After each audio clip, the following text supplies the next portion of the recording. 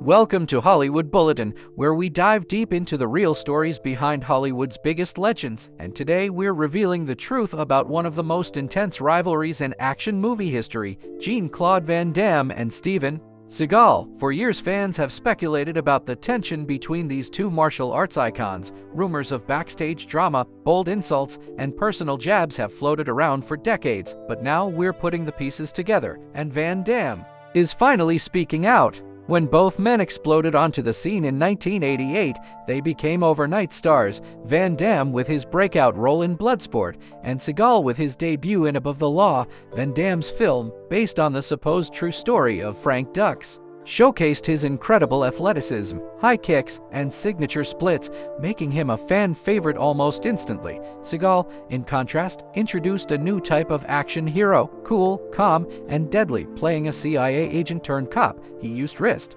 locks and powerful throws to dominate his enemies with minimal effort, while Van Damme relied on real fighting experience and flashy moves. Seagal built a mysterious persona based on discipline and control, but their paths to stardom were different in more ways than one.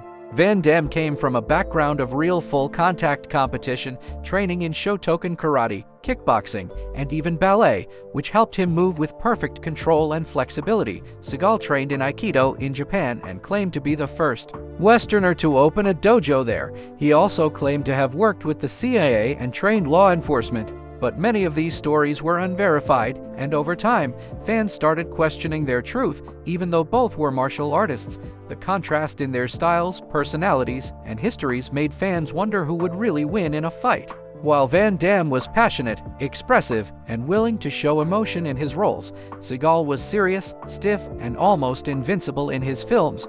The media fed into the rivalry, constantly comparing their styles and asking which star was the real deal. As Seagal's fame grew, so did his ego. He openly insulted Van Damme in interviews, calling him a ballet dancer and saying he couldn't fight his way out of a paper bag. He rarely praised other martial artists and even took shots at legends like Chuck Norris and Bruce Lee, dismissing Bruce as just an actor, which upset many fans. Van Damme didn't respond publicly to Seagal's insults. Instead, he kept his cool and avoided drama, but behind the scenes, the tension was real. While Seagal was talking, Van Damme was training, appearing in tournaments, and doing his own stunts on screen. He earned respect for staying humble while proving himself with action. Things finally came to a head in the early 90s. During a party hosted by Sylvester Stallone in Miami, surrounded by celebrities and fellow action stars, Seagal started bragging again that he could easily beat Van Damme in a fight. This time, Van Damme was in the same room, and he had had enough. He walked up to Seagal and calmly challenged him to step outside. Witnesses said the mood instantly changed, and people watched closely, expecting a real showdown. Seagal tried to laugh it off and avoided the fight, but Van Damme stood firm. Later that same night, Van Damme confronted him again at another location and repeated his challenge. Once more, Seagal refused. The story quickly spread, and when Stallone later confirmed it, saying Seagal wanted none of it and fled. Fans began to question the image Seagal had built. Van Damme's reputation, on the other hand, grew stronger.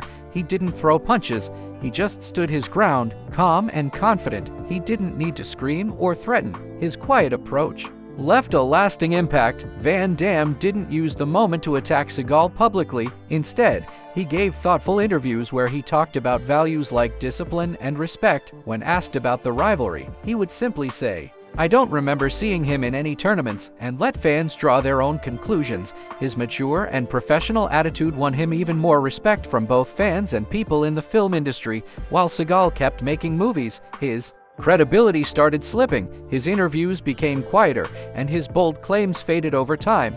Meanwhile, Van Damme continued doing his signature moves on screen, training with real fighters, and keeping his connection to martial arts alive. People noticed that he still had the passion and skill, even as he got older. When comparing their credentials, the difference became undeniable. Van Damme had a real fighting record, with multiple wins in full-contact competitions. He could do his movie stunts in real life without camera tricks. Seagal, while confident on screen, had no official record of real fights. His style, Aikido, is respected, but it's non-competitive and not known for proving skill through real contact. Sparring Critics and fellow martial artists began to doubt his abilities, and his many wild claims became harder to believe.